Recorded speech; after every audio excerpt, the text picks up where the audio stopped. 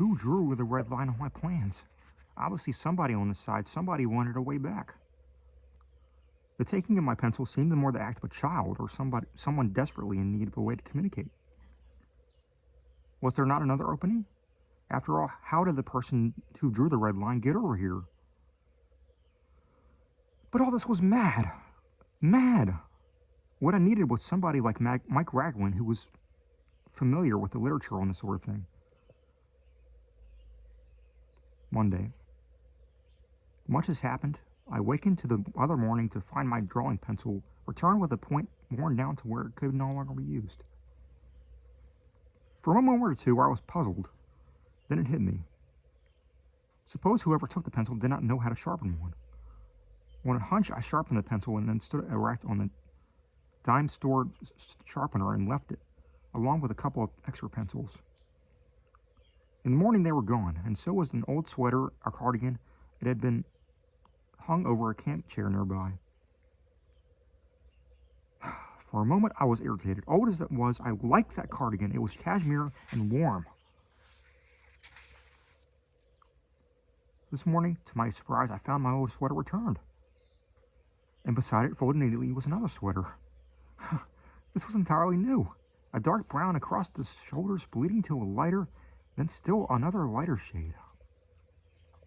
To my surprise, the sweater fitted to perfection. Where the brand name had been in the collar of my sweater, there was a sunflower worked in the gold thread. Wednesday.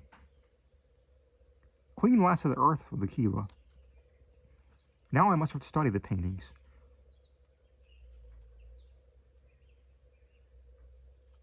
I've been deliberately avoided them until they could be examined in their entirety. Thursday.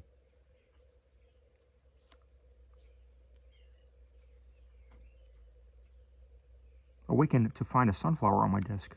If I'm haunted, it is by gentle creatures indeed. This afternoon, suddenly, there was Chief. He stood looking at me. Only when I called his name did he approach me. But once he was close, I got my smell in his nostrils. He was excited as a puppy. Tucked behind his collar was a sunflower.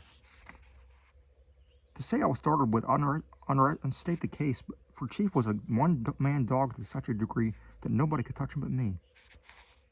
If I was present to admonish him, he would only sometimes permit liberties from a vet, but only sometimes. Yet somebody had obviously placed that sunflower where it was.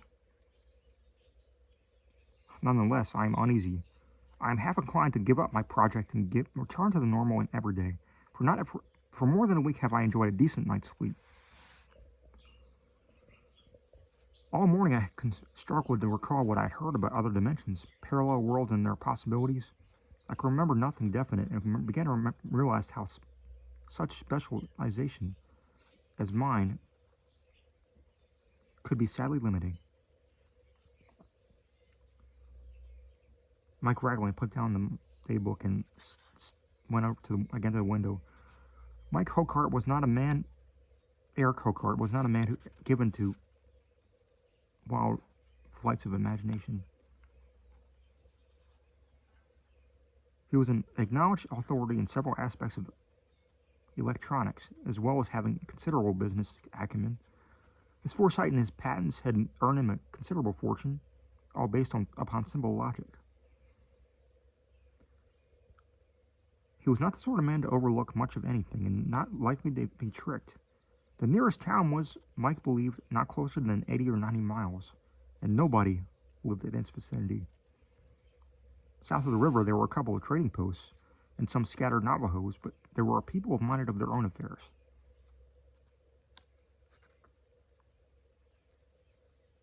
So what was happening?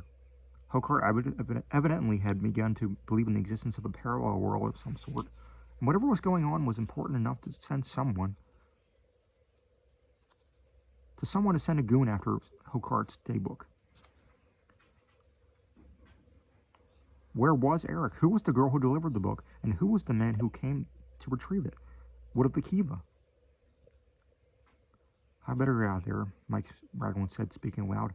I better get right to the spot. If Erik is not there... He spread out a map of the Four Corners area and studied possible routes. Getting to where Hocart was constructing his home was not easy. It was remote country, although the roads were generally good, most of them were unsurfaced. There was no road leading right to Hocart's place, which was one of the attractions for him. He enjoyed being alone. Erik had, Mike knew, planned on coming and going by helicopter, at least during the construction phases. What materials he would need for he delivered by the same means. He remembered Erik's discovery of the Mesa. He had been flying low over the area, and when he saw that flat-topped mesa, different from any other around it, the top gave appearance of having once been cultivated, but long ago. The position, the view in all directions, the isolation of it immediately received his attention. From that moment, Erik Hocart had thought of no other place. I could use a native rock, he said. There's plenty of good building material around the base of the cliff. Time was no object, and he had resolved to build it himself as he wished. Erik had always been one to do things his own way, but this time he had to run into something totally unfamiliar, something for which he was not prepared.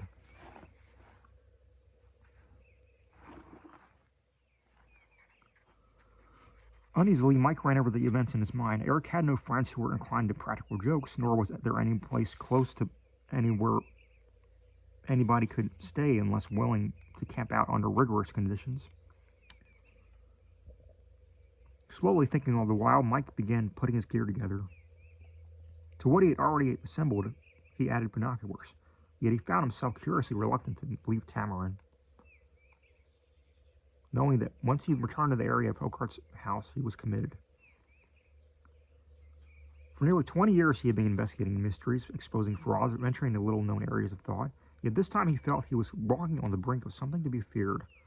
This was truly the unknown. Yet why should he feel that way? What evidence did he have?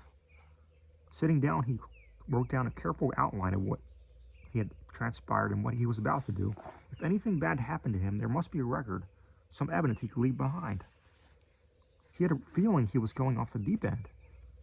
He would leave notes with the daybook and leave them in a safe place.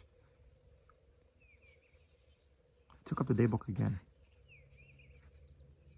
Was I afraid? Nothing fearsome had happened, yet I was dealing with the unknown, with a whole new set of principles and ideas of which I knew nothing. I tried to think of it as a hoax, yet I could not.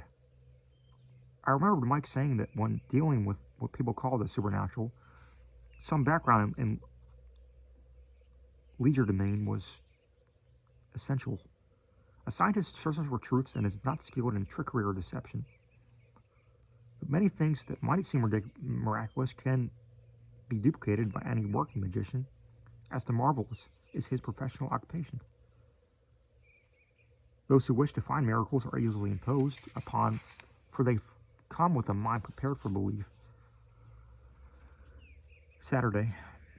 Again, a restless night. There were vague stirrings in the darkness, and the chief lay close beside me, occasionally growling, sometimes whining. After awakening in the morning, I lay still for some time, thinking. Suddenly, my mind was made up. I was getting out. I would leave today. I would take my personal gear, leave the rest, and simply get out of here. Knowing Chief, Mike was worried. He was a proud, fierce dog, afraid of nothing, yet now he was acting in ways totally unlike himself.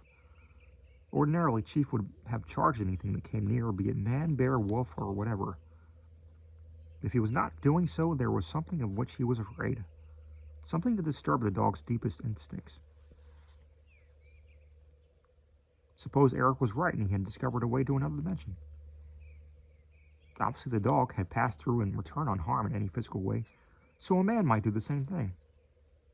A man or a woman. Who was leaving this sunflower insignia, the actual flowers? Who had taken the pencils and for whatever reason?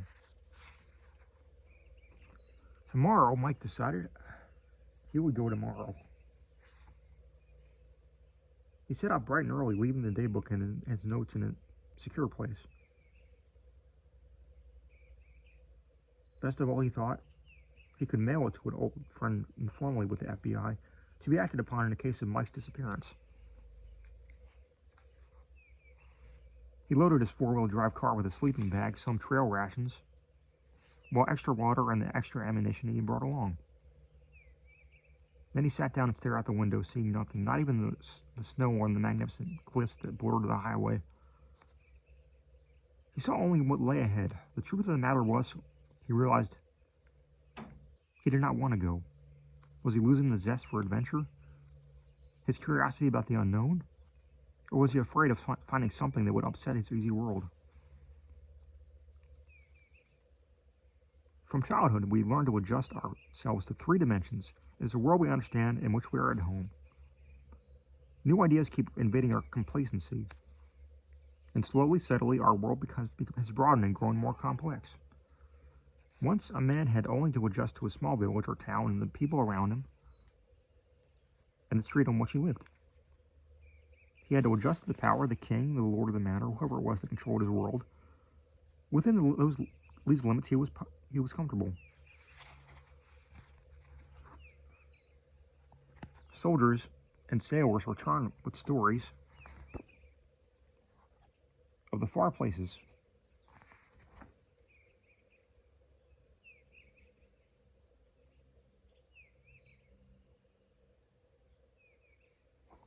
of lands different from their own.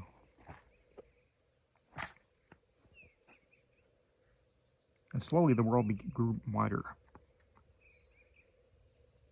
Most of what men had heard they had only half believed, and then the world began to broaden swiftly.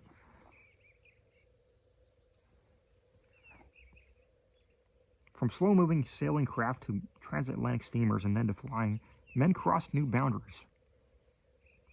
World War II had taken young Americans to the far corners of the earth, and suddenly farm boys from Kansas or Vermont were talking easily of Burma, Guadalcanal, and Morocco.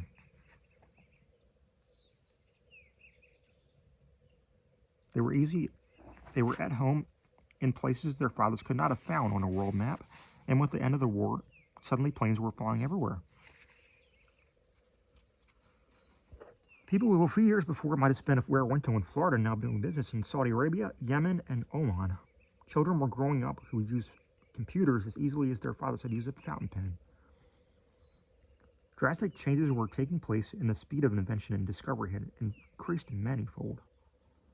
Now we had put a man on the moon, had sent spacecraft to check on the outermost planets, spacecraft that now had gone into the infinite space beyond the solar system. And Einstein and the quantum theory were injecting strange new possibilities into our narrow world.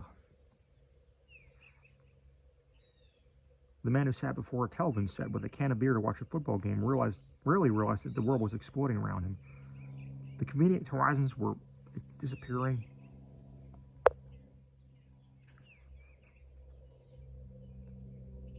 And the jobs at which he worked were being limited by progress. Changes that almost once needed centuries were now happening almost overnight. And the jobs available were calling for great expertise. The common laborer who had been with us forever was finding himself on Skid Row with no place to go and no possibility of work. A few things remained constant: the world under his feet, the sky overhead, the road down which he could drive. For centuries there had been tales of other worlds, of people who had read them and listened to them and watched them on the Twilight Zone, interested and amused him, but never taking them very seriously. It was always an amusing subject for casual conversation among friends, and offered room for speculation. Occasionally there had been stories of mysterious disappearances, usually explained by some scientist with too much else on his mind. To deal with an expanding world around us was quite enough. Mike Ragland had found no place in his thinking for yet another dimension, for a world here, right alongside our own. He was not mentally prepared to deal with it. He could understand the possibilities without knowing any more about the physics of it than the average man who can't explain how his television set works. Mike Ragland did not want there to be another dimension. He did not need one. He was having trouble enough dealing with the three he had. Yet he remembered primitive people with whom he had dealt, who accepted such ideas, who did not even think of them as a cause for wonder. Often their language could cope with such ideas with no adjustments whatsoever, and the same was true of their thinking. What of the Australian Aborigines in their quote-unquote dream time? Mike picked up the daybook. Reluctantly, hesitantly, he turned the pages to where he had stopped reading. Immediately, I gathered what was important to me. My plans, notebooks, and the few books I had brought along for reading, the half-dozen books I would leave, for one day I might return, briefly at least.